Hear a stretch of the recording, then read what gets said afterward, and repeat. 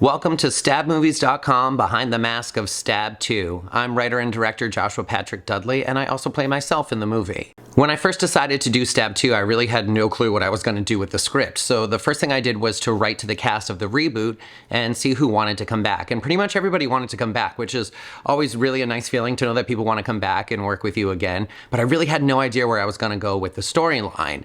I did have a few actors that were skeptical about coming back, or they weren't sure if they're going to be able to fit it into their schedules, and you'll notice that a couple of the people from the Stab reboot in the script of Stab 2 actually are either killed off screen or there's an excuse for why they can't be there. And that's just because, people have busy lives. We all work for free, and not everybody is able to come back constantly and do our movies, but I'm so grateful for everyone that's in them all the time. It means so much to me, and we always have so much fun making it. So after thinking for a while about what I wanted to do with the movie, I landed on the idea that was similar to Stab 5, where I wanted it to be real life.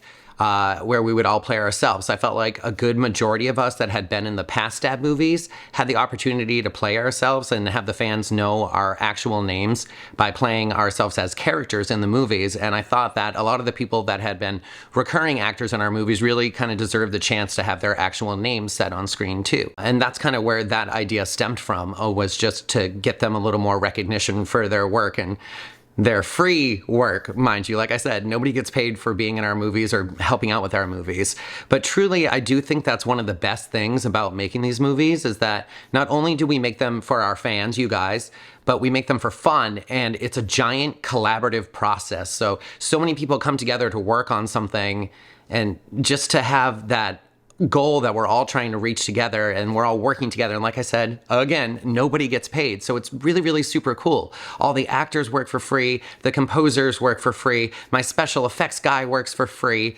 So it's really, really, really awesome that people want to get together and still do something that's just for the love of doing something in filmmaking. So after I came up with the idea for it to be reality and for everyone to play themselves, I kind of decided that I wanted to switch up the dynamic of the characters a lot too, and have people play things that they haven't got to play before. So my character tends to always be a bad guy.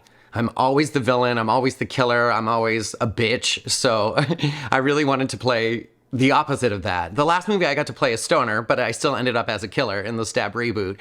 So I wanted to be either a victim or someone that the audience could relate to more, like they've been in a similar situation, which it's a tough situation. Like, not a lot of people have books and movies made about them, accusing them of exploiting someone else's trauma to make a movie for YouTube. But just in general, I wanted to be a normal person and not a killer, not a bad guy.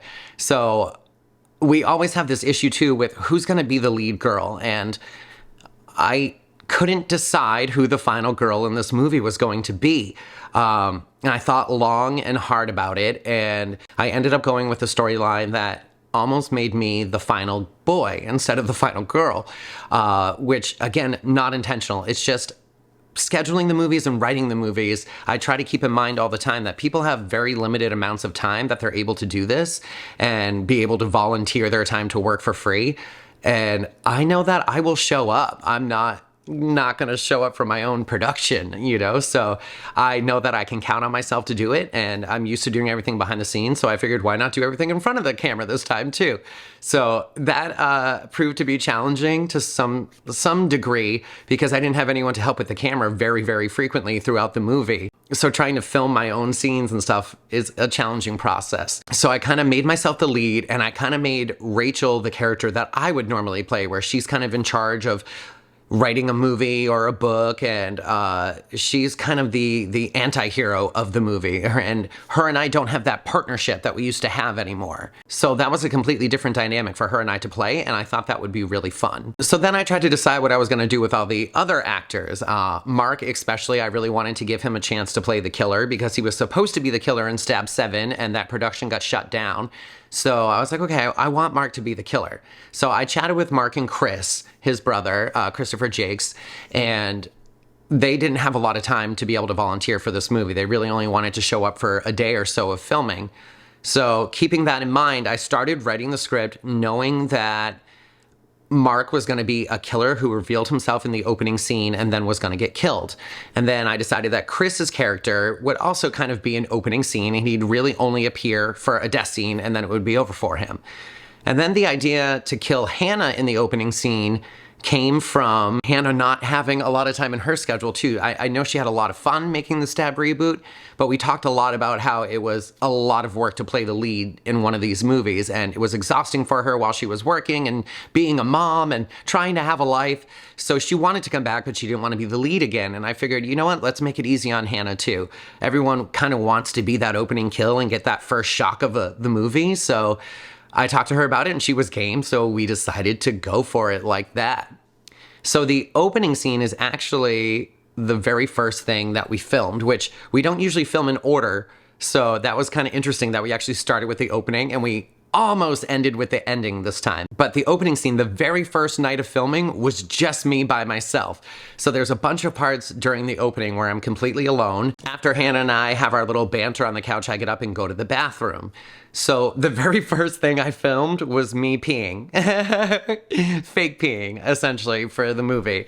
And then the next thing I filmed, I moved into me coming out of the bathroom and looking for Hannah. And then I get the phone call and blah, blah, blah, blah, blah.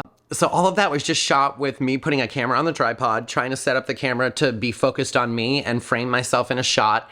And then I just kind of went for it on my own, which you'll see in the movie doesn't always work great. Sometimes I'm like way too far to one side of the shot, or the lighting isn't quite right in certain areas. And I don't know. The autofocus was on the camera too, because it's really hard if I'm super far away from the camera to try to focus on myself, because I have to lean in, focus, and then lean back. So it presented a lot of challenges filming alone, and in the past, Rachel had been there a lot to help me with the movies, and this time she just didn't have the time to be there. She didn't really have the time in the last movie to be there either, so I got kind of used to it, but the last movie I wasn't on screen as much, and the few times that I was on screen, I either had a stationary camera that was easy to film because I was on a webcam, or I had somebody else on set that could help with filming. But the opening of this, pretty much every time you see me by myself, it is literally me just filming by myself. Oh my gosh, that phone call was so hard to film. I had the lines from Michael, who plays the voice of Ghostface in our movies. I had the lines pre-recorded on my phone with enough space in between them that I could say my lines and that he would talk again. So I'd essentially have to push play on my phone, put the phone up to my ear, and I had the phone on speakerphone. So it was actually like super, super, super loud, just because I wanted to be able to hear the audio in the camera later when I went back into editing. So not only was I getting my eardrum blown out, but my face kept touching my phone and it would pause the lines. So there's some in the bloopers that you see with me like going, why isn't this working? Because every time I turned around, my face would bump into the phone and then the killer would stop talking to me. So that was super, super challenging to film. And it was one of the parts that I wish I had somebody else there running the camera so that all the shots weren't super stationary and static. But, you know, in the end, it worked out as best as it could. So then night 2 of filming, Hannah came with her current boyfriend at the time named Matthew, because Matthew was going to be in the killer's costume for us because I didn't have a stunt person to play Ghostface. So Hannah and Matthew came, and Hannah and I ran our lines a bunch. And then again, it was me setting up the camera, pointing it at us, making sure we were in focus, and then recording. And the autofocus on this camera is like, it's very picky. If you move just slightly, it kind of shifts the focus a lot. So there's a lot of weird cuts in the opening scene because I'm trying to cut away from shots that went out of focus, even if it was just for a half a second, because to me, it was starting to get really distracting. But Hannah and I had a lot of fun. It was a decently long night of filming, and I don't think Hannah and Matthew expected it to be that long, but it was. Because with this film, I tried to condense everybody's schedule as much as possible. Like, I had copies of calendars that everybody filled out their availability on, and I kind of worked from that, and I was just like, so the real trick to it was just to make really long filming days so that people could get all their filming over with in like 1, 2, 3 days, basically. So there were only a couple of us that had to be here more than like 2 or 3 times. Like I said, some people only 1 time. So Hannah was a one-timer. So we did the entire opening scene in 1 night. And it really didn't get challenging until we got to the part with the killer coming in, because Matthew's not an actor and he's never really done anything like that before either.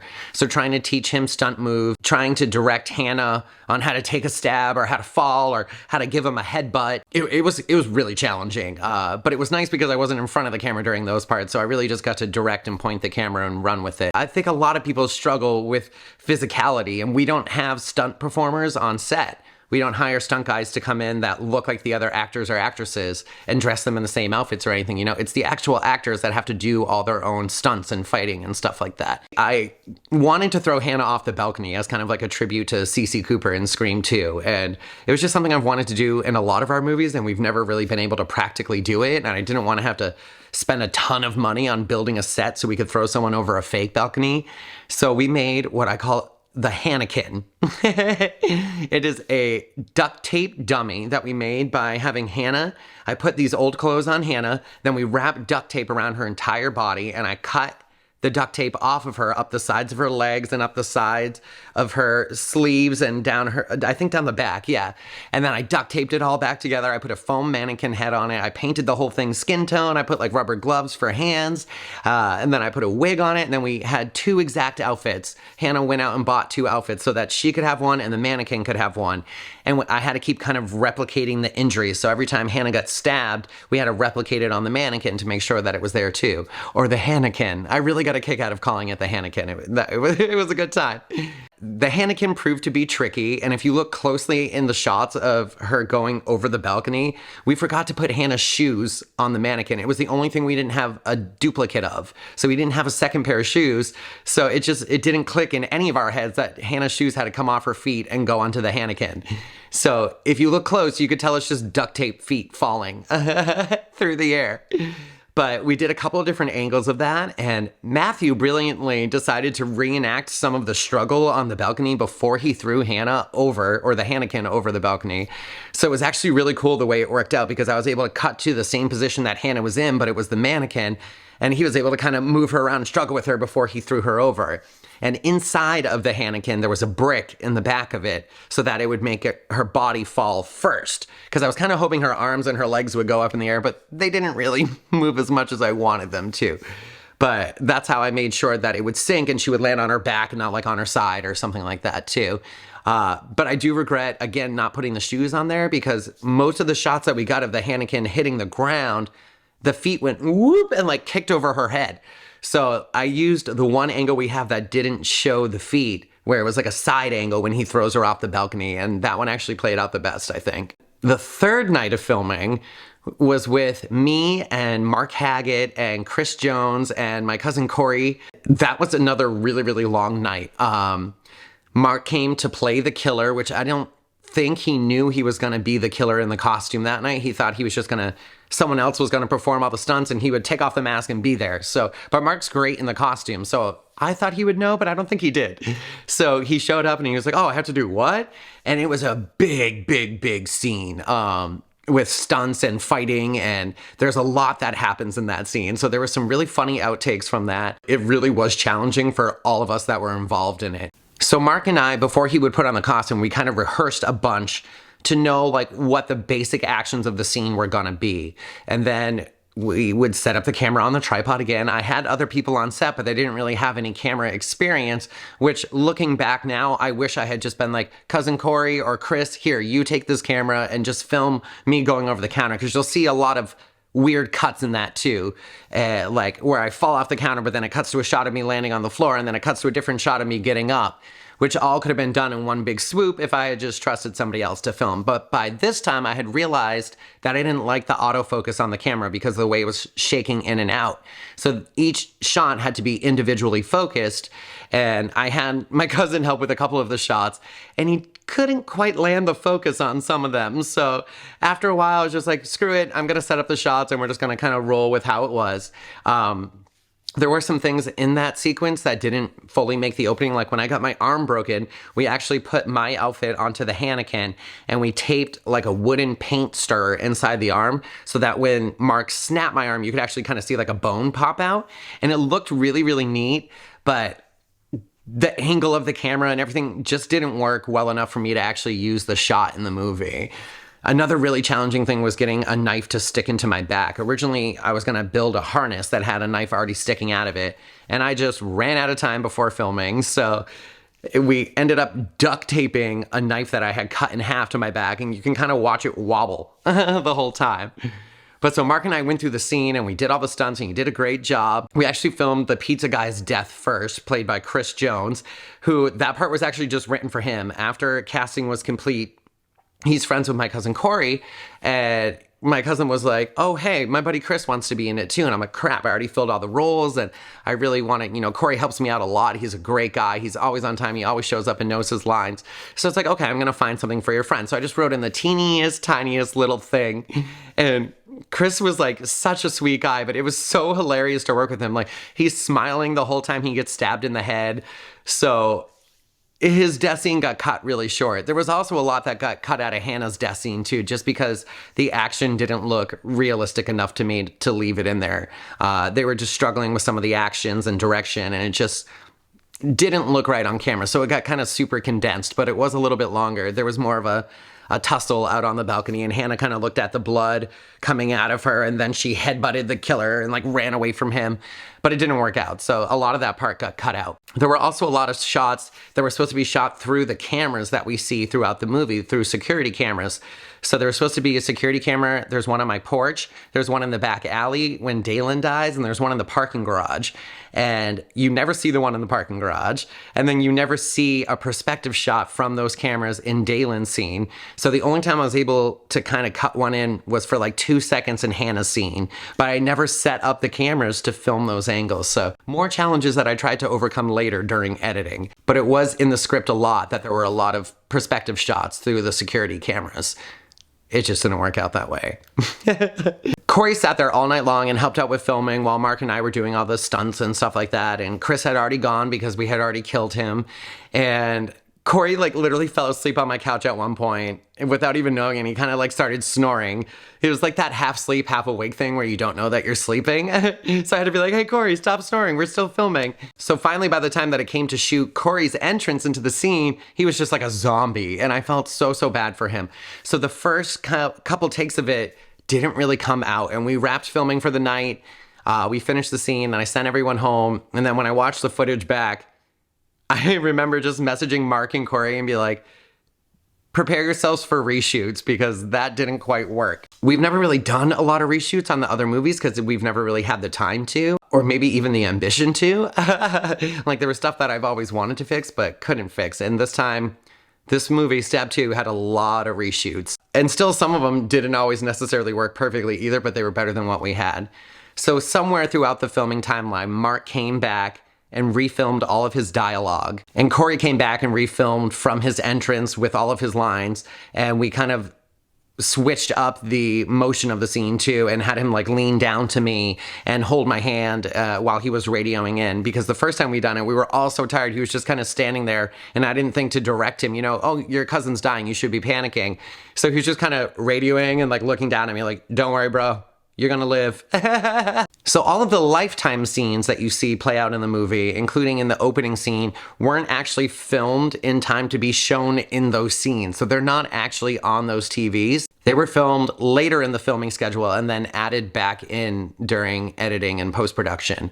So a little movie magic there. This movie takes place in summer, which I swore after Stab 6 I was never gonna do again, but I did it again. People tend to have a little bit more free time and openness in their availability in summertime, so that's just kind of what we went for, because originally it was going to be a Halloween movie, but I wanted to release it on Halloween, so fall doesn't last a super long time with all the pretty colors of leaves, so it's a summertime movie instead. This summer in New Hampshire was one of the hottest summers we've had in a long time. There were many days that were over 100 degrees. And luckily we only filmed on a couple of the super stupid hot days, but 98% of filming took place on extremely hot days, except for the opening scene because it was filmed so far ahead of the rest of the schedule that it was actually still kind of chilly out when we started filming that scene. But by the time we moved into the rest of filming, it was 1,000 degrees. The next scene that we filmed in the hotel was Rachel getting the phone call, and then it leads into Sherry and Ashley entering into the hotel room again. And that one was super challenging because we didn't have the voice of the killer recorded like we usually do. Michael hadn't sent us the lines yet. Henry came because he was filming a scene later, and he was reading the lines, and I'm like, you have to talk slow because Michael, when he does the line, talks slow and scary, so we have to buy him enough time. And that got a little bit tricky during editing, trying to make sure that there was enough space, but not too much space for these lines to fit in. So luckily it all worked out, and Michael did end up having to re-record a few lines throughout the movie that just didn't fit in the spaces that I had left. because we didn't have his lines for those scenes, but they all worked out in the end. But the shot of Rachel getting the phone call and staying on the phone had to be done in one take because there was really nothing else to cut to. I do actually cut to the TV a couple of times, but just in case I wanted it all in one take. So Rachel killed it. Like, to know that many lines back to back and to bounce off someone reading you the killer's lines, I was super, super impressed with Rachel. The entire hotel day, they all did so good with their lines. I was so impressed. That shot of Rachel on the phone is actually one of the things in the movie I wish I could refilm, because I don't know how I didn't notice it, but Rachel's just not in focus the whole time. She's a little bit blurry, and the focus seems to be on the lamp behind her. And I'm not sure why, and that was multiple takes later too, so I wish I had noticed it while we were filming. I don't have an external monitor, so every time we film, I'm just looking at the display on the camera. So if it looks like it's in focus, we're usually good, but I'm not always in focus. The entrance of Ashley and Sherry coming into the hotel room after was just fucking hilarious. Nobody could seem to keep a straight face during it. Ashley was really concerned with the door closing and it making too much noise, because there were other people in this hotel, so every time they had to step out into the hall and do an entrance, we sometimes had to stop because people were like walking by and they're just kind of casually waiting outside to come back in and film in the 1,000-degree heat. The last scene that we filmed in the hotel was just that little scene between Rachel and Ashley, where Rachel kind of finally reveals that the only evidence she ever had of Joshua stealing someone's life story and turning it into a movie was this random letter that she got in the mail. And I loved that aspect of the script, because Rachel's character got this huge amount of fame and fortune, essentially, by accusing someone else of being a liar. But in reality, she was kind of lying because she knew she didn't really have any solid evidence besides this random letter that really anyone in the entire world could have written. So that was really, really funny to me. I don't know if other people will think it's funny, but I just loved that the whole idea of this breaking up of their friendship was really kind of based on nothing. But it was just a fun dynamic to write into the script. So that was another quick scene. Again, those hotel scenes, those girls really had those lines down. I don't know if the heat was the motivator or what was going on, but we just cranked through those scenes. So like I said, it was a really long day of filming. So after we wrapped at the hotel and everything was done there, we actually moved on to Sherry's death scene in the parking garage. And that, I would say, was like one of my favorite scenes to film and still to watch after. I like the lighting, I like the shots, I love Sherry's acting, I like Henry's performance as the killer. The special effects that my friend did for us with the flames and her skin burning, like everything just really, really worked on that scene. And we were filming in public, and Sherry's a fantastic screamer, but cops kept circling the parking garage. So we were nervous that they were kind of trying to find where Sherry's scream was coming from. But I'm not sure that that was the case, because where we were filming is like the downtown city area of Manchester. So the cops are always kind of there anyways, circling those blocks. But we had to be really careful that they didn't come in and like scold us for filming in there, because nobody knew we were there. Guerrilla style filming. But everything that night went super duper smooth. Sherry freaking killed that death scene, pun intended. That was another one that we didn't have the lines for yet. So Henry again read the lines for her of the killer's voice on the phone call. And then Sherry just like went for it. And then Henry in the costume on these 100-degree days, I feel so bad for. What a fucking trooper, Henry. I love you so much for doing that for me. This is the only Stab movie that I didn't have to get into the costume once. Not at all. Usually I have to play Ghostface at least a couple of times, but not once this time. But Ghostface is actually played by 4 different people in this movie. I would say like 87% of Ghostface is played by Henry, who's revealed to be the killer at the end, as you all know now. But then in the opening, Mark played it. And like I said, Hannah's boyfriend was there to fill in during her part of the opening scene. And Henry actually does some of the opening scene stuff too. So the opening scene actually has 3 different people playing Ghostface. And then Dalen, when he gets his throat slit, was another friend of mine, Nick, that stood in and played the killer in the costume because Henry wasn't available that day and I had to film. And it was really special effects heavy scene. But yeah, Henry was in the costume for almost the entire movie in the 100-degree weather, which, what a freaking trooper. Like I said, I was so impressed by him in the costume.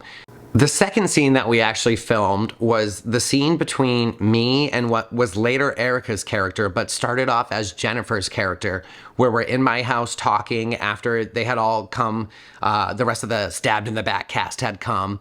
and gone, and it was just me and Erica, and then Corey enters. But it was with Jennifer. So Jennifer and I filmed the scene with Corey, and that was the night we actually filmed Corey's death scene too. And then we filmed the scene where we run down the stairs and we run out and run into Ethan. And that's where that scene had ended that night. And that was the only thing that Jennifer actually filmed for the movie before she had to leave production because of some family stuff she had going on. So we had to refilm that with the new actress, Erica. Erica came to me via Chris, who played the pizza guy. She was actually his hairdresser, and she loves horror. She has a ghost face tattoo, so that was really cool. And she wanted to be in the movie, so she didn't quite have that like girl next door look that I was looking for to be like the Sydney, but she was fantastic, and I was so grateful to have her. And she was one of the actors, like many of the actors in this movie, that drove well over an hour to be here every day for filming. So it was super, super cool, but we had to refilm the scene that we had filmed with Jennifer already. So some of it was already done.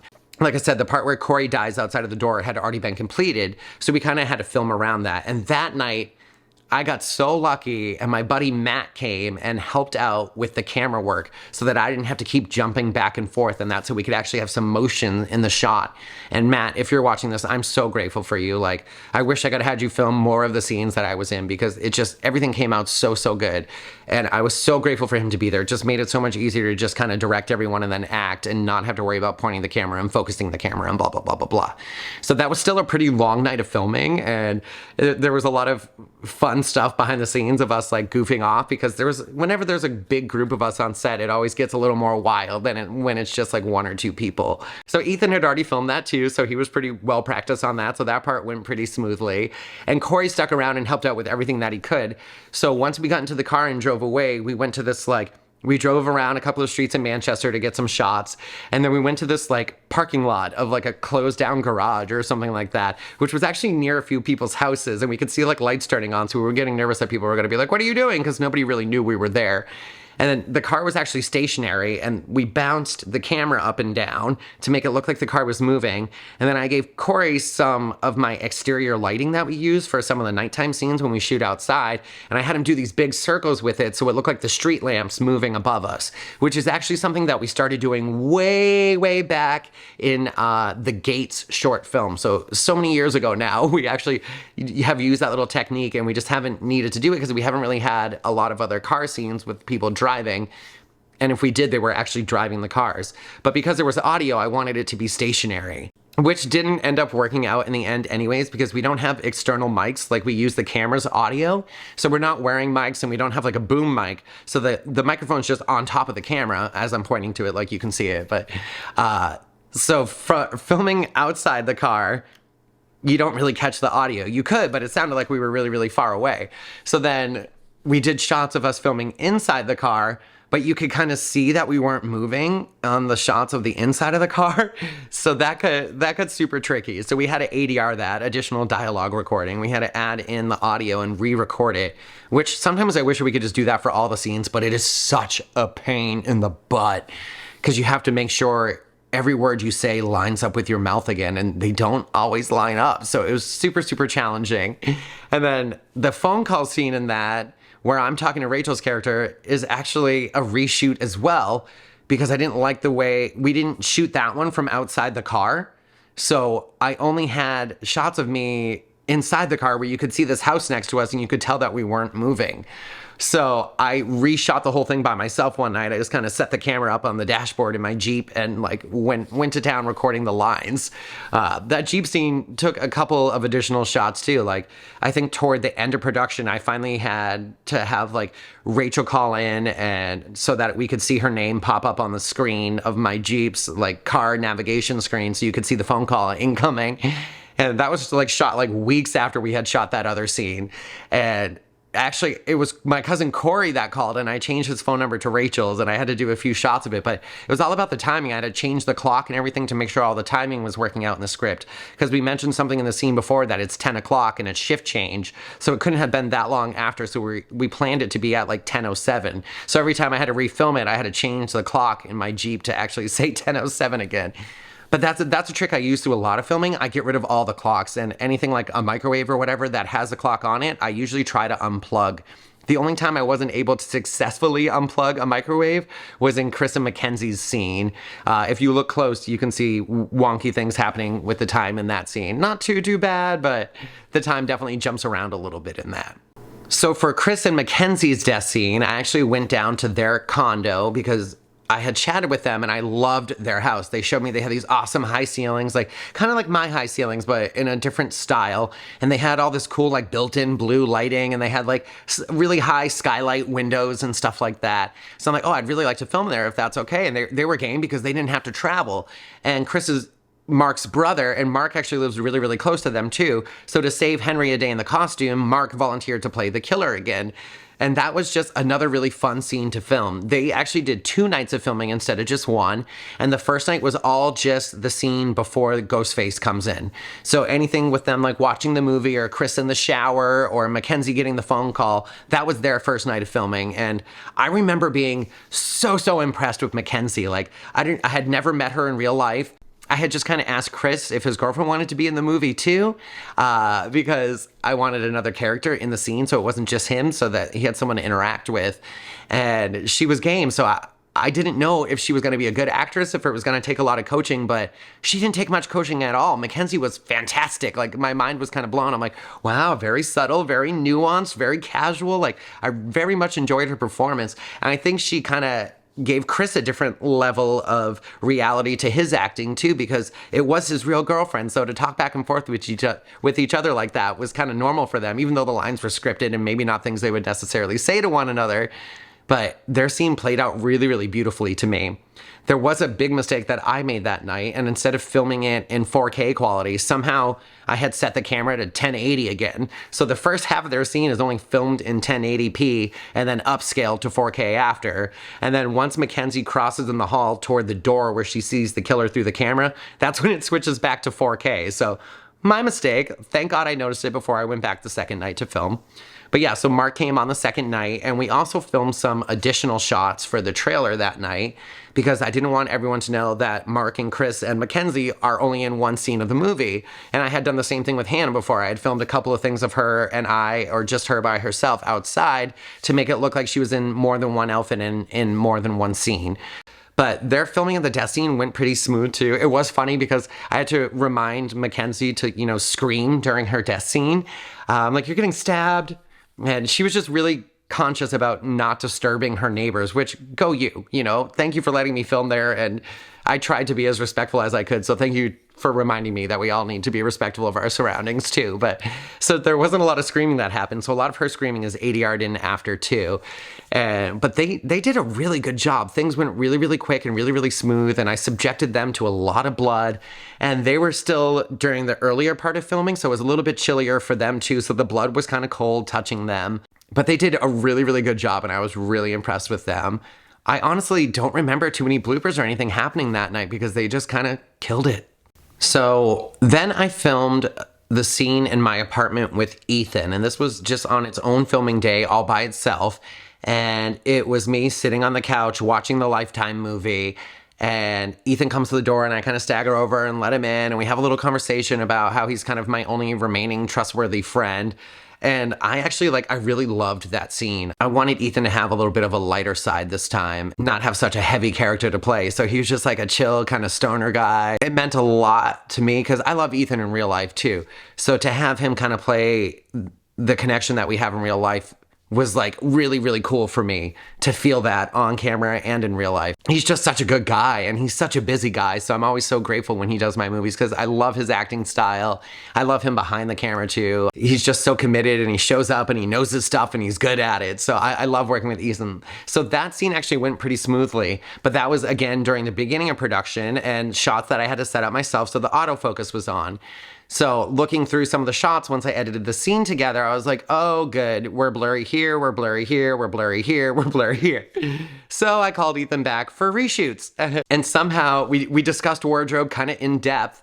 and there was some miscommunication in there somewhere. And Ethan brought the shirt that he had worn for the scene that we had filmed with Jennifer, not the scene that we had filmed in my apartment, even though we were filming both those scenes again that day. So we ended up having to refilm the entire scene, which surprisingly was not a pain in the butt at all. Because we had already filmed it, we both like already knew our lines perfectly. So it just kind of clicked in, and there are still some shots of me that are just like my close-ups that are from the original shoot of that. But then all the wide shots and everything else you see, anything that Ethan is in had to be shot again that second day because he was in a different outfit, which it was just so funny. And we had like one struggle in that scene where like just walking to the fridge and taking out a soda and then coming over to the couch was just like really messing with Ethan's brain for some reason, and he couldn't like deliver the line and walk at the same time, and it was so funny.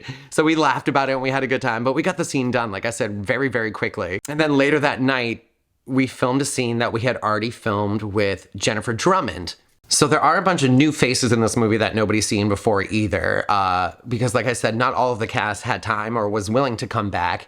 So I added in a bunch of new characters too, and most of them were involved in the Lifetime movie that's inside the movie, which I just loved. If you don't know, Stabbed in the Back is the name of a book by Gale Weathers that's never actually mentioned in the Scream movies, but it's mentioned on the old Scream 3 website that they used to have.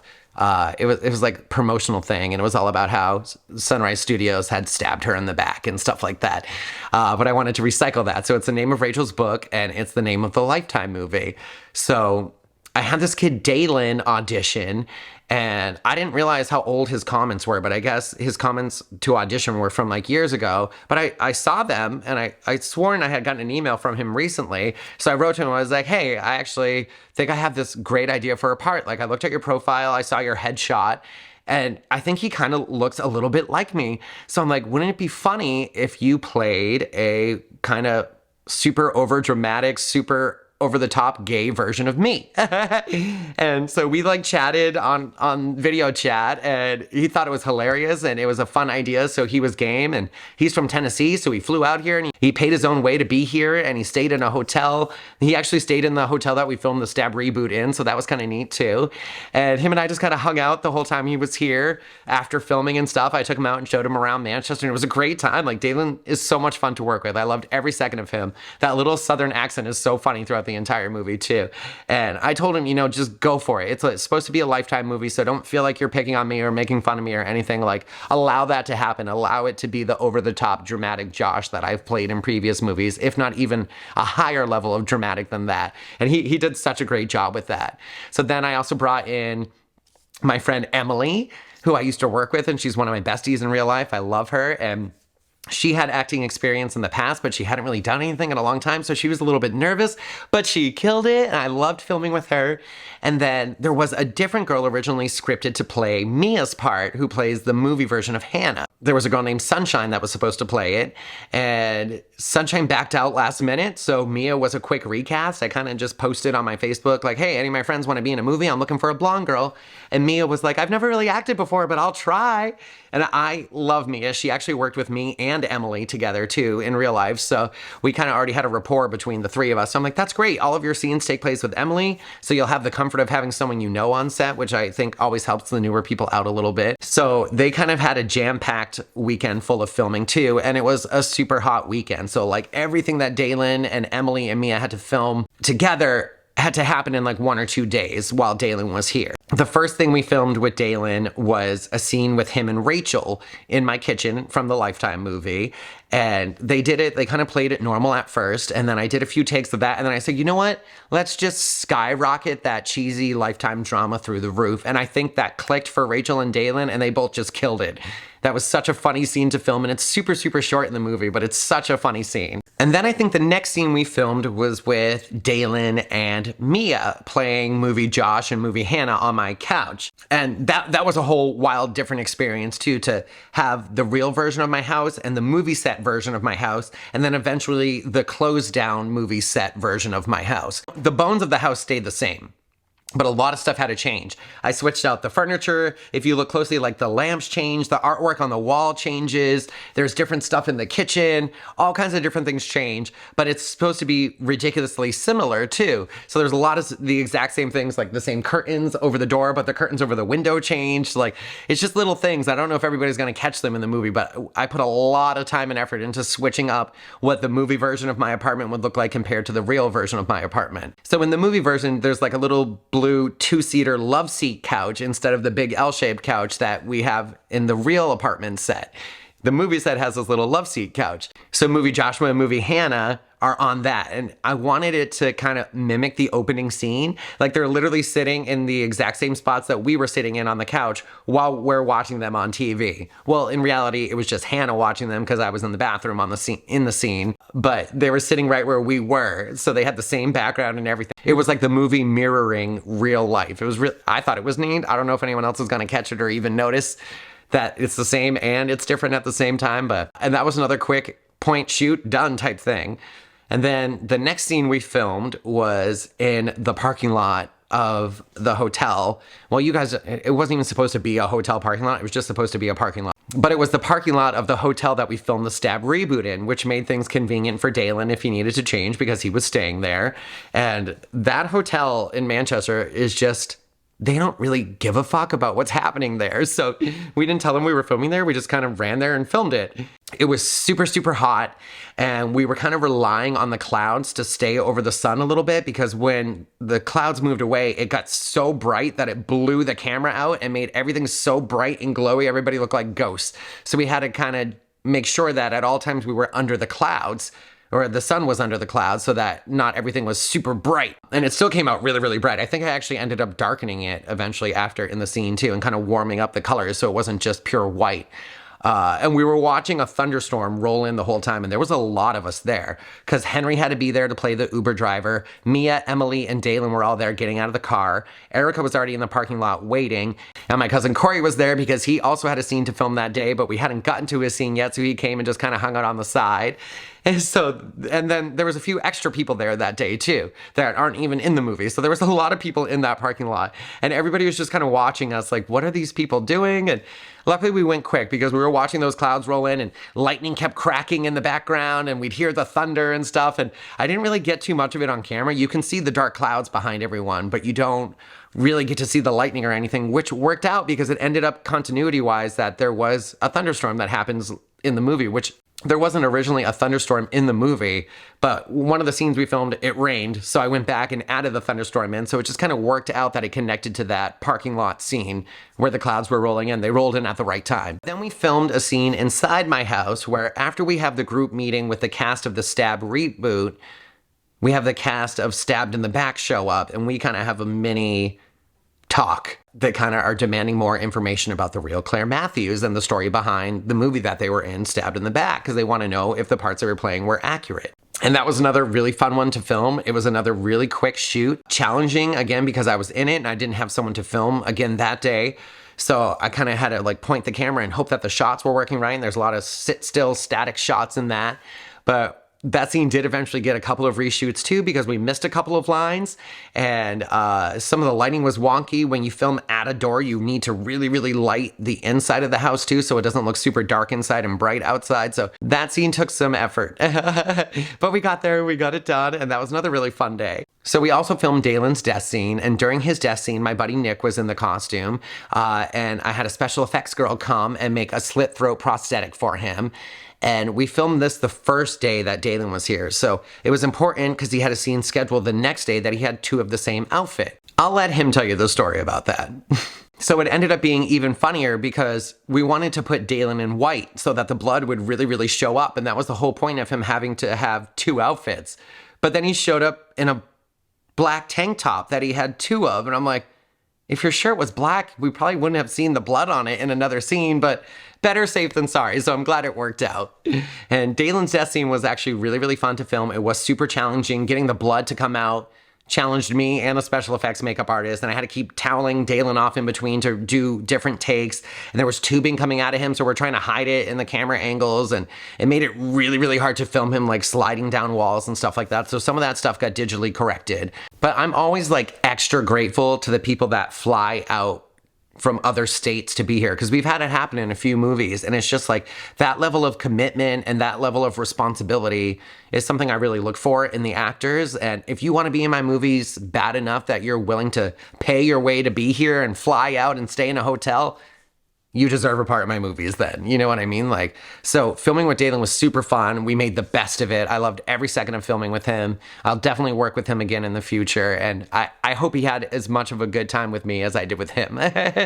So after production wrapped, I edited the whole movie together. And because of scenes that had gotten cut or scenes that played out a little bit quicker than I thought they would, the movie was kind of short. It was only like an hour and 10 minutes. So I was like, oh shit. I don't want to put out another hour and 10-minute movie. Like, if you guys are going to sit there and watch a YouTube movie, I want to make it a full movie for you, at least an hour and a half, or try to be an hour and a half, somewhere close to. So I started thinking about what I could do to fix it. And my first solution was to have Corey come back for his like 15th reshoot of the movie. Thank you, cousin Corey. I love you so much. Another one who's just so committed all the time, shows up, knows your shit. Yeah, I'm so impressed with Corey. Like, he kills it. So he came back and we filmed this whole sequence in the driveway that actually leads into the scene before his death scene, where he's outside kind of doing his perimeter sweep that he talks about later in the scene. We do the classic cat jump scare, except for it's not really a jump. The cat kind of sits there and meows because I didn't have a real cat, but I had this leftover cat puppet from the movie Theta that we did, and that scene that the cat puppet was supposed to be in had never gotten filmed. So I've had this cat puppet sitting up in my loft for years. So I finally put it to good use in that scene. I actually really liked that scene that we added in, and we got some really cool shots in it too. And then I wrote to Emily and Mia, and I was like, hey, I realized that you guys are now the only ones that don't die in the movie. You're the only two characters, aside from Ethan, who survive. So I feel like you might need a death scene. And I thought they were going to be like, no, we're done filming, no more. But they were both so excited to come back and film a death scene. So that meant a lot to me. And it was really, really cool. And it was funny because they were both like, oh, I was so disappointed we didn't get to die. Like, you showed us clips and this person died and this person died. And I'm like, oh, my character just left. Which is funny because you want your character to be smart enough to just leave. But I guess as an actor or an actress, you either want to die on screen or be the killer or get away at the end. You know, you want something to happen with your character where you don't just disappear. So they were actually like really, really excited. But the gimmick to this is the cast provides their own wardrobe, even for their death scenes. So if they're not in an outfit that they want to get bloody, I'm not going to force them into that, especially when I'm adding in a scene. So I told them, I know the outfits that you guys were wearing in the previous scene, you weren't prepared to get bloody in. So I'm going to try to write you death scenes that don't involve any blood. So I knew I was going to do a neck break. I wasn't sure who was going to get it. And the girls kind of decided between themselves who was going to get the neck break and who was going to get the big chase scene through the woods. And Mia's a big runner in real life. So she decided that she would get the chase scene and Emily would get her neck broken. And they were both game for that. So that was super, super fun. The idea for Mia's death scene, I love, and I can't take any credit for. I wrote to the cast of the movie and I said, guys, I'm trying to come up with death scenes for Mia and Emily that don't involve any blood. Anyone have any ideas? And then Rachel came up with this disastrously torturous, heinous idea to have Mia die of her own accord, essentially, to have her have asthma and try to hit her inhaler or not be able to get to her inhaler. And then essentially she dies because she's getting chased and she has an asthma attack and dies. And the killer just kind of stands there and watches. And I love the sadisticness of that. And I told Rachel, I was like, I don't know if I want it to play out like that, but let me see. So I wrote the scene and it just clicked. I just love the way it worked out. And especially when we filmed in the rain because Mia looks kind of cold. So she's kind of turning blue as she's choking to death. And Mia's performance in that scene, too, was just like mind-blowing to me. She did such a good job with the wheezing and the slow death. And then Henry in the killer costume. And it was actually pouring rain that day. Emily was over me and the camera holding an umbrella in the woods. And the rain was just really, really coming down. So like we were all getting soaked. I mean, Henry was in the costume, so he had a little bit more protection, but that costume's already heavy. So it must've been super heavy when it got wet too. I think the lighting that day actually worked out really well considering it was raining and stuff like that too. But they did such a good job with their death scenes. Emily's gruesome neck break, even like her jaw kind of gets broken when she goes. And I just love that. My neck just cracked when I did that. And then Mia dying in the woods. I was so impressed. Like I could tell that's what they actually wanted. They really wanted the chance to have a death scene and it worked out so well. So I'm so grateful for all of them for coming back again after production was done to do that. So then we filmed the group meeting scene, and that scene was such a shit show. Ethan was double booked and he was supposed to be on the set of another movie, so he couldn't come on the day that we had planned. My cousin Corey, the only mistake he made during the whole movie, completely spaced that he had filming that day. He thought it was the following Sunday because it was on a Sunday. And I messaged him like, hey, are you on your way? And he was like, oh my God, I'm like 3 hours away. So I'll be there, but it won't be until later. So I'm like, oh crap, how are we going to do this? So I have Ashley and Nicole sitting in my house. I'm like, okay, we're going to just film your side of it. And then I'll cut the other ones in after. I'll align the other three of us to be on the other side of the room and we'll just kind of cut back and forth, which also didn't go according to plan. So we filmed all of Ashley and Nicole's stuff.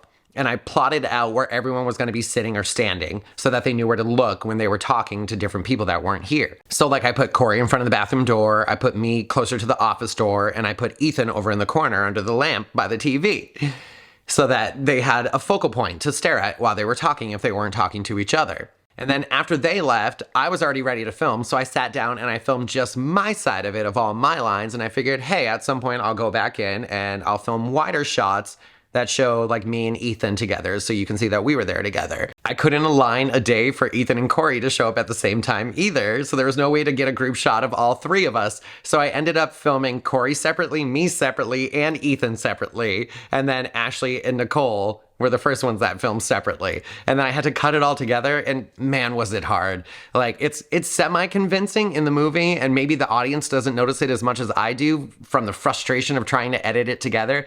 But having everyone get up and leave and walk out the door, and what a challenge that scene was to film. I actually got hit by a car in the middle of production. A car drove across the road and crashed into me and sent me flying back into my car, and I split my head open. I was covered in bruises from head to toe, staples in the back of my head. I was a walking Frankenstein person.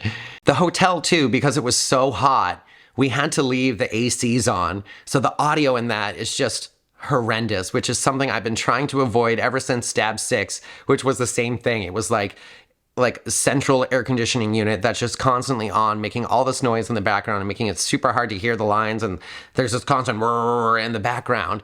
So in the editing program later, I put some effects on it to try to get rid of it, but it kind of makes people sound like they're talking in like a tin can.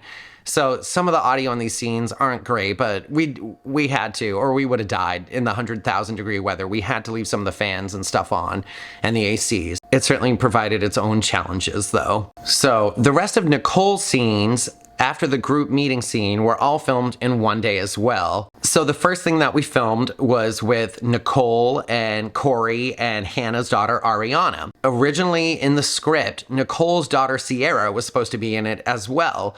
And Sierra, being a classic teenage girl, decided that she no longer wanted to be in the movie. She didn't want to see herself on camera.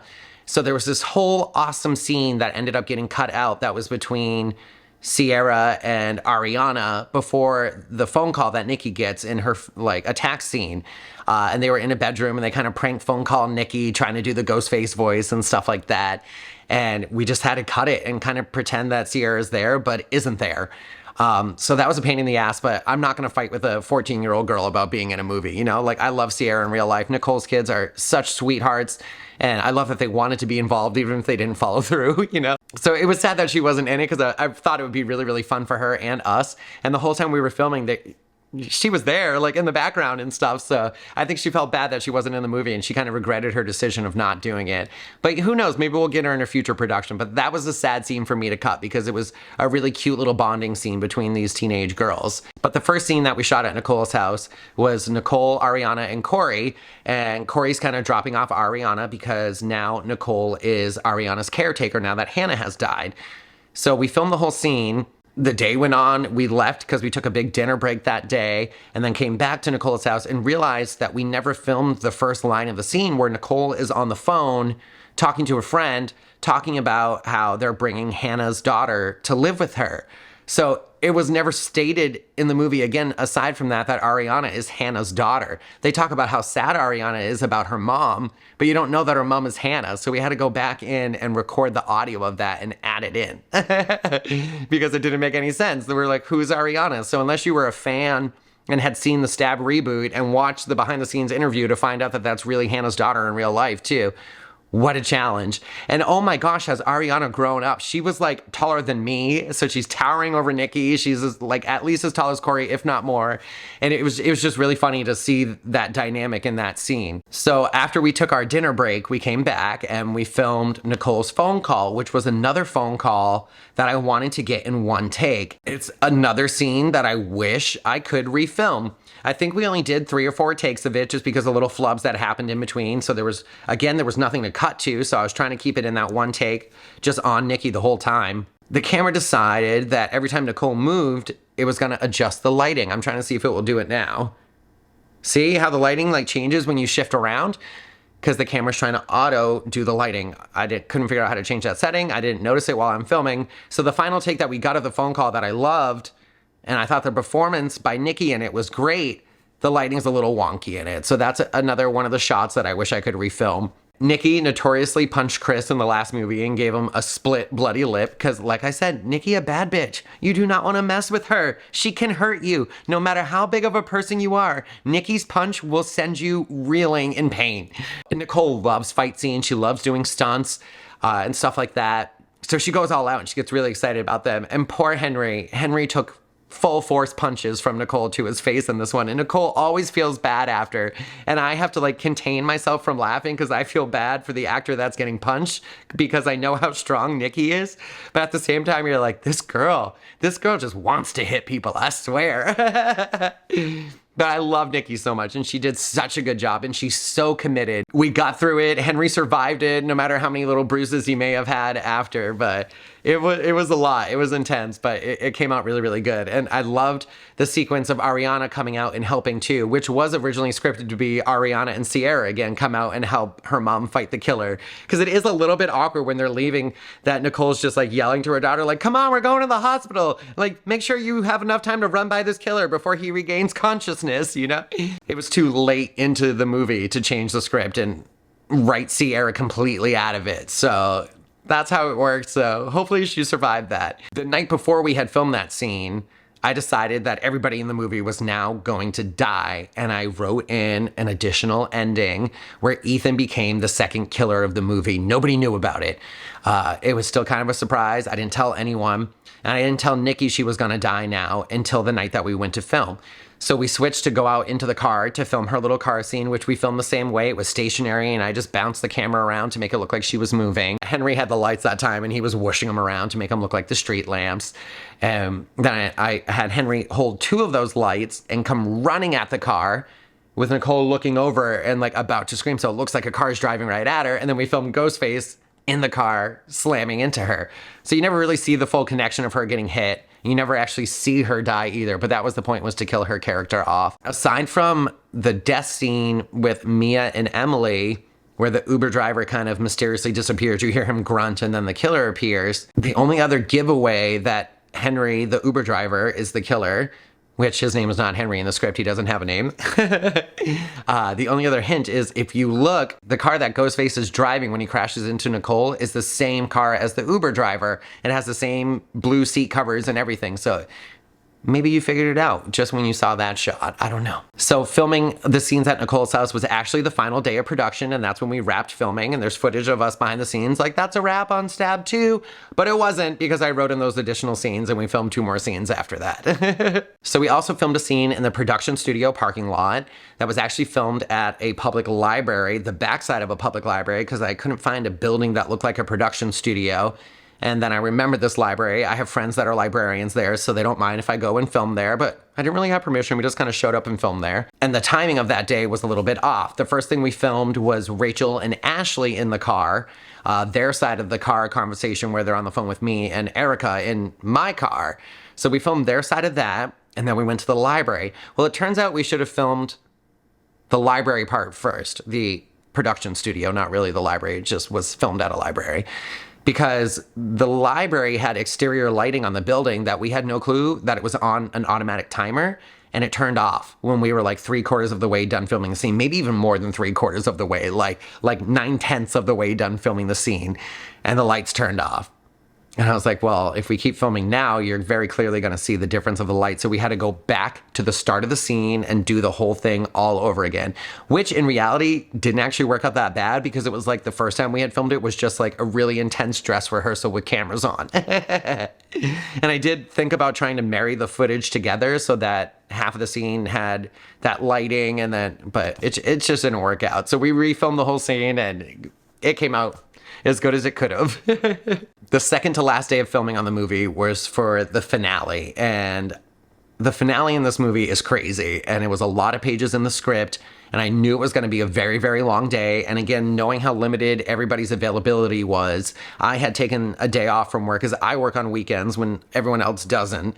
So I had taken a day off from work to film the ending. And it's supposed to be at night. So I blacked out my entire house and dressed it as the movie set again, but this time the shut down version of the movie set. So there was kind of like tarps covering everything and like paint cans and stuff laying around like they were working on the sets. And we actually started filming at noon so that we would have time and we wouldn't be filming until like 2 o'clock in the morning because I am a vampire, basically. So I don't mind staying up all night and filming, but I can't subject everyone else that has normal lives and working schedules who wake up at 6, 7, 8 in the morning. I can't subject them to filming till 3 or 4 in the morning. Or at least I try not to whenever I can. But I knew it was going to be a very long day, and I kept telling people it was going to be a long day, and I don't think they believed me that it was going to be such a long day, but it was such a long day. And it was one of those days, too, that it was just, again, ridiculously stupid fucking hot. The main part of my house doesn't have AC units in it. Like, I don't have central AC, and there's no windows that open out here, so there's no AC in the main part of the house. So like my office and my bedroom have ACs and we had those on and fans kind of pointed out blowing the AC toward us. And then the ceiling fans were on, which again, it fucked with the audio. There's a lot of bad audio in the ending of the movie, but I can't have people working for free pass out on me. They're all my friends. I care about all of them, and they've all volunteered to help me on this project, to have fun with me. I can't have them subjected to 1,000,000,000 degrees and passing out. So I tried to keep it as cool as I could, but that involved us having to leave the fans and the ACs on quite a bit. We did turn off the fans a bunch of times because they were blowing the tarps around, but the ACs in the bedroom kind of stayed on, and everyone would kind of run into the bedroom and the office between takes to cool off and like stand in front of the AC. Henry had it the worst because he had to be in the costume. And I would say I had it the second worst that day because I didn't get to stop when everyone else got to stop. I had to keep setting stuff up and keep filming and doing everyone's blood effects and my blood effects and trying to remember my lines when I had to be on camera too. But that day something magical happened too. I talk about how I love doing these because it's a big collaborative process where everybody just comes together to do it for the love of doing it. And every single actor that is in the ending scene filmed a part of that ending scene. Oh, I got goosebumps. Like that is just, it's so touching to me that they were willing to help out like that because the day would have been so much longer if they hadn't, because I would have had to set up so many shots and make sure that they were framed right. I would have had to watch the playback to make sure it was all going right. So to have them all be like, yeah, we can do that. Yeah, we can do that.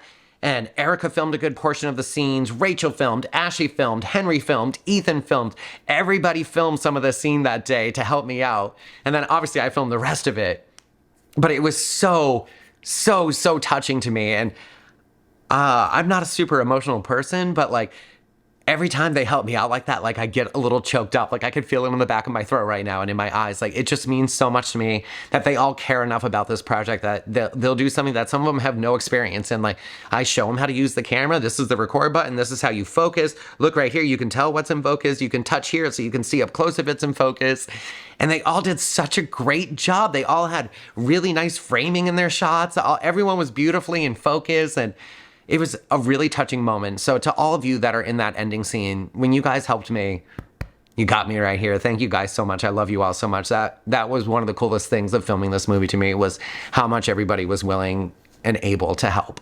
That ending scene was so much fun to film, though. I loved the lighting in it. I really wanted to get back to like the look of Stab 6 because we were on a movie set. So I thought it would be fun to have exposed lighting everywhere that you could see and all these kind of crazy bright colors. And I had written a script for a different thing that we were working on that involved us home aloneing a house. And I thought that would be a really fun thing to add into the Stab script. So we had that fun montage of us setting up the house where we're setting all these traps and laying out weapons so we have ways and means to defend ourselves.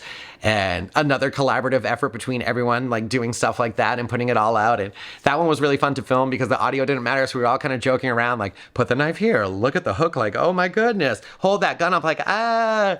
Trying to set up the paint buckets and get the ropes to go over the beams that are holding up my house. That shit was hilarious. And once we got them up there, we realized the way that they were hung up, the paint cans wouldn't actually swing the way we were gonna need them to swing. They wouldn't have worked. The way I tug on them and the way the paint cans come, no, because they were sitting up on a beam, and if I tugged on them, they just would have went up in the air and fell right to the ground. So it made no sense. There had to be a second or third step to that process that wasn't laid out in there. Same thing with the gun that goes off and shoots Ethan. There should have been another thing holding the rope on the side to counteract when he opens the door for it to pull the trigger, because otherwise when he pulled it, it would have just pulled the whole gun forward.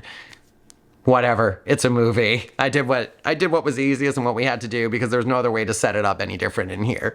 So it was really, really funny though. I loved the idea of home aloneing the house, and I think everybody else really got into that too. And it was important to me that this movie didn't take itself too seriously throughout it. Like, some of the scenes are presented pretty serious, and then a lot of them are presented pretty comically. And the ending to me is just super comical, and it was meant to be that way. There's a lot of different things in it that really play up the comedy of the ending. We had this running joke about Henry being Marv from Home Alone on set. Like, when the paint can comes down, he gets hit in the head, he makes that classic Marv face, and then when Rachel is chainsawing him, one of the funniest things we filmed in so long. That sequence just gets me every time. And the face he makes, we kept joking that he looked like Marv in Home Alone 2 when he gets electrocuted and eventually you see his skeleton. But he had like that same kind of screaming face, and we were cracking up laughing about that. And I feel like Henry must not feel so great that we were referencing him as Marv, because, you know, everyone was talking about how he was giving off different vibes of different killers from other movies, like Billy from the first movie, Mickey from Scream 2. And so it was funny that all of a sudden it turned into us being like, oh, you're Marv from Home Alone. But that's what I wanted for the ending, because the ending, like, the killer's motive is just so stupid. And I intentionally did that too. I wanted it to be a motive that was just like, really? Like, you were upset about the Stab movies? That's what your problem is? And it really gave me and Rachel the opportunity to present to him a lot of the arguments that we're constantly making to the fans who comment about like how Stab 5 doesn't have any time travel and how bad the audio is and stuff like that, you know? So how low budget the movies are. So it was really a fun chance for us to direct it at an audience that was just one person who was a fan. But it was really directed at all the people who have made comments and stuff like that before. And then the reveal of us not knowing who he is was even funnier to me, because the whole movie, like, we're all like, who is it? It's probably one of us. It's one of the cast members. That's the most likely story, you know? And then it's just like, here's someone that wasn't even in the rest of the movie, but he was. He was just the Uber driver twice, you know? So that was super, super funny to me. And I hope it plays as funny as it was, because even the characters of Josh and Rachel, like, don't even really take him seriously. You'll notice when he's giving his speech, we just kind of stand there and stare at him. Like, we're not running or trying to get away. We're kind of just like, this is what's happening right now. You were killing people because you were mad about our YouTube movies? Like, okay. I think Rachel really shines in the ending scene too. Like, her acting in that. I need to write Rachel more comedy. I find her to be a great comedic actress. Her comedic timing is spot on to me, and she is just so fucking funny. That scene with the chainsaw, that was totally her idea, to like, look at Henry, look at the chainsaw, look at Henry, look at the chainsaw. I'm sure they have a lot to say about that, so I'm gonna let them do most of the talking, but I was dying laughing behind the scenes of that. Henry getting hit in the head with the paint cans was hilarious. Ashley was actually like standing behind him holding the paint cans, and she just kind of let go and let them hit him. And we debated like why he would be looking up, but he was looking up because he saw me pull the strings, and it got complicated at some point. So it all cut together pretty well in the end, but It was actually really, really funny to watch it go down and Henry just keep taking these paint cans to the head. Luckily, they were empty and they were super thin and super light, so I knew they weren't going to hurt him, but Henry was a fucking trooper taking that.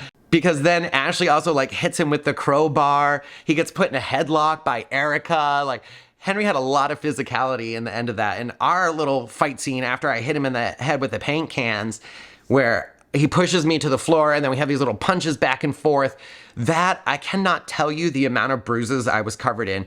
Even filming the opening scene with Mark, I was covered in bruises because, again, we don't have stunt performers, but I'm willing to just go for it. I don't care. I want it to look good on screen, and for you guys to see it, I want it to look realistic. So like in that opening scene, Mark is really throwing me over the counter and I'm really going that far and crashing into the stove and landing on the floor. And I don't mind. Like I said, I can take it, a couple of bruises, whatever, they'll go away. But something about that end scene with Henry, I was just covered in bruises the next day, like literally head to toe, a walking bruise. Again, though, totally worth it because I love that little sequence. The line where he stabs me in the back, I'm like, that wound was just healing. Even writing that, I was cracking up laughing. So saying it on set was a little bit hard for me because I found it to be so freaking funny. People getting shot in the movie was interesting too, because it's like, oh, how do we react to this? And how do I play this? And not too many of them asked a lot of questions. Like, this is why I love my actors. They just go for it for the most part. Like 96% of the time, they just dive right in and try it, which is like, that's all I could ever ask for, you know? Ashley threw herself to the floor more than once, which I'm sure gave her more than a few bruises. Rachel, when she gets shot in the head and goes fucking sailing through the air onto the couch, I did not see that coming at all. Like, I think my jaw dropped. Just the way she moved, I was like, oh my God, like you didn't have to go that hard, but she fucking killed it. Like, I was so impressed with Rachel and getting shot like that. And poor Erica, I tried to go over the stunt with her of her like leaping up onto the counter and getting shot. And in reality, I should have just staged it differently and had her hit the floor. Like I said, they're not stunt performers. Some of them aren't even actors to begin with. So her trying to get up onto that counter, she's a little too short, so that part was kind of funny, her just trying to get up there. But then rolling off of it was not a direction her brain understood. She's kind of like sliding down to the floor. I'm like, sweetie, I'm going to put padding on the other side, so you're just going to roll. I didn't end up putting the padding there, so maybe that's kind of what scared her. It's just my brain didn't process like, oh, set up the padding real quick.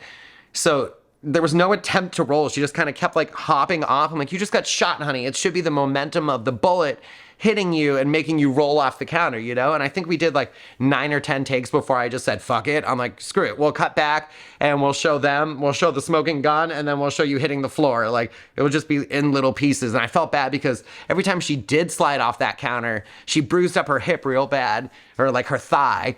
And then she sent me a picture of it, and I had the exact same matching bruise from whatever I did on the floor with Henry. So we had twin bruises for a little while, so we're sending pictures back and forth of all of our bruises. That was a really funny moment for me. The amount of blood in the ending scene and the amount of blood that ends up on me in this movie is more blood than I think we've ever had in any movie. Like, I've tried to be a little bit gory. I try not to push it too far because we're on YouTube. You know, I don't want us to get our movies taken down or anything like that. But that end scene when Rachel is chainsawing Henry, the other actors that weren't on camera had cups of blood and they were flicking blood at Rachel to get the splatter. We never filmed Henry's side of him getting blood flicked on him, so I did it after to him. But Ashley, Ethan, and Erica were all behind the camera flicking blood. But then something about when it came to my shot of me on the floor underneath the chainsaw, they all just decided that there should be more blood than what was hitting Rachel for some reason. And maybe they just didn't want to keep getting their hands covered in the fake blood. So I'm just getting doused in fake blood, and like, I don't mind, whatever. Like, I know I'm gonna have to clean my entire house after too and get all the blood off of everything, but I'm just like, okay. But I feel like that was kind of the actor's revenge in this one. But it was nice because it was such a hot day. We actually put the blood in the fridge so that it would be cold when it hit us. And it was very, very refreshing to be hit with that blood. The only part that wasn't refreshing is when Ethan shoots Henry in the head and his brain matter explodes all over my face. That was like the only part that kind of actually like made me gag a little bit, because the brains were made out of Jello and they were in a cup with a bunch of fake blood in it. And Ethan was actually the one that threw it, because something in my brain just told me that Ethan should be the one to throw it. Like, he just knows what it should look like. And he did it so perfect. It got in my mouth, like actually got in my mouth. It was scripted to get in my mouth, but I didn't think it was gonna actually get in my mouth, but it did. And if you watch in the movie, you literally see me roll over and go and spit it out. It was so much blood and Jello. But it did kind of taste like grape blood because of the Jello, but I was just drenched.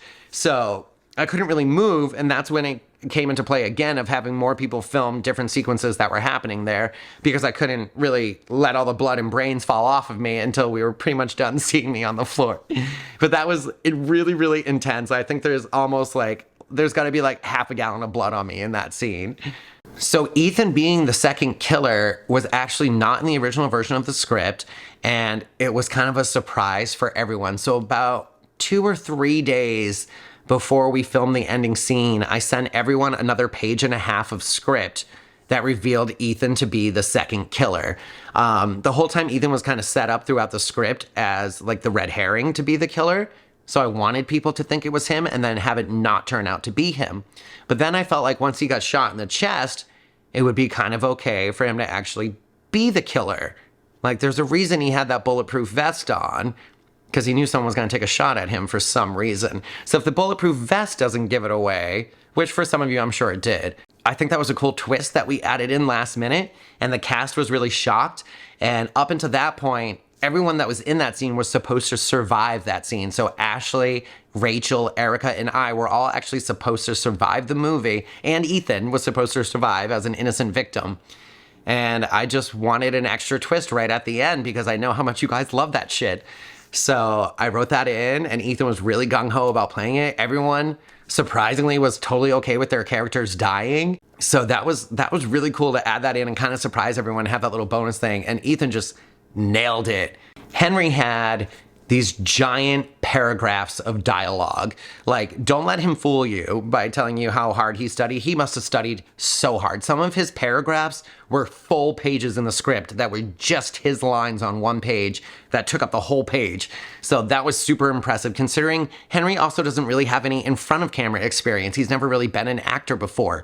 So to have him deliver all those lines, it was a lot. I'm glad I didn't have to deliver that giant paragraph or those 5 giant paragraphs of lines, but he did such a good job. During the chainsawing scene too, we all kind of had like this good laugh because like Rachel's soaked in blood, Henry's soaked in blood, I'm Carrie at the prom in blood, and Erica is sitting right there, so she should have been getting bloody, but she did not.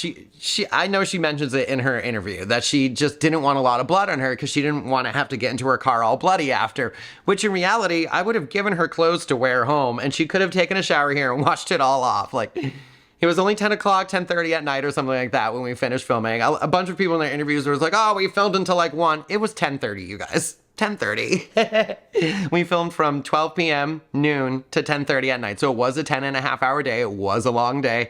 I'm sure by the time everyone got out of the house, it was probably closer to 11. But so there was definitely some over-exaggeration on how long that day was. But it was a super duper long day of filming that we only had a short break for like dinner. We had like a 45-minute dinner break, and that was it. And aside from that, we were going and going and going in the 1,000-degree weather. But Erica just did not want to get blood on her. Like, it wasn't that she didn't want to get a lot of blood on her. She didn't want to get any blood on her. So she was freaking out because it does stain your skin a little, but as soon as you shower twice, it's gone. So it does take some effort, but she didn't want to get blood on her at all. So she kept moving her feet, even though she's unconscious. If you look closely, you can see her feet moving away from the blood being splattered everywhere. I'm like, okay, maybe her character's just shifting a little. And then she gets shot in the head, which now, after I had my special effects friend come in and work on stuff, I didn't actually have to put blood on her forehead because she kind of was fighting me hard on it a little bit about how much blood was going to go on there. So mid-conversation, she was like, I really don't want that much blood. And I just dabbed blood in the middle of her forehead. I'm like, it's there now. Good, we're going. Like, because I love Erica and she did a great job. I just thought that was so funny. Like, you're in a horror movie, you're going to get bloody at some point, you know? Like, why didn't you bring extra clothes? Like, this is the big finale. You read the script. You know how much blood is in the script. So I thought that was funny. No hard feelings at all. But it was just like, we all had a good chuckle about how little blood was on Erica and how she acted like there was a shit ton of blood. She had one spot here and like 3 little spots on her stomach from where she got fake stabbed. Compared to me, Rachel, and Henry, who are literally drenched from head to toe in sweat and blood. So that was a good laugh for us. So overall, aside from little hiccups here and there and a ton of reshoots and some sad stuff in my real life that happened during filming, Stab 2 was like one of the funnest times I've had filming a Stab movie in a while. And I wasn't sure how much fun I was going to have when we started it. I'm not going to lie. I wrote another script. I was happy with the script. I wasn't super enthralled by the script. It wasn't my favorite script that I've ever written or anything like that. That still goes to Stab 6. I love Stab 6 for some reason. I'm just like obsessed with that whole script and that whole movie, no matter how low the production quality is. But now that filming is done and editing's done, I just look back on Stab 2 and I'm like, damn, that really was fun. And I think it helped that we spent so much time on that like ending scene and that opening scene, and we took the time to do those annoying reshoots and film in the 800-degree weather. Because again, it's a collaborative project. These are my friends. These are people, some of them I didn't even know, that are now good friends of mine that came to work on something together, to do it just for the love of doing it and to have fun. And I think that is what shows in this movie, is that we had fun making it and that we tried as best as we could to make it better than the other ones have been, and to really just enjoy what we were doing behind the scenes, because we love making these movies for you guys. And for some people that don't want to come back for these movies anymore, they must have experienced some form of torture on my sets. I don't know, because everyone that are in these usually wants to come back if timing allows, because it's just like hanging out with your friends, sometimes getting covered in blood and just shooting the shit and having a great time. The story and killing everyone off makes things challenging for the future, but it also opens up a whole new world of possibilities, where I'm looking at these reboot installments of the franchise kind of as like an anthology, so I can keep recycling the same people and bringing them back. They're not all connected to the previous one. Though Stab 2 was connected to the Stab reboot, it's still kind of its own standalone thing. You could watch Stab 2 without seeing the Stab reboot and just know that the cast members were in a movie together before this. So clearly we can't really continue the storyline of Stab 2 into Stab 3, so Stab 3 is going to be a little bit different. But I'm loving the idea of doing something like American Horror Story, where I keep bringing back the people that really want to be here and really have fun doing it and enjoy collaborating with other people, and bringing them back and having them constantly playing different characters in different settings and with different killers. And eventually everyone that's in these movies will have played killer, victim, survivor, and all of the above, you know? But overall, Stab 2 was super, super fun to make.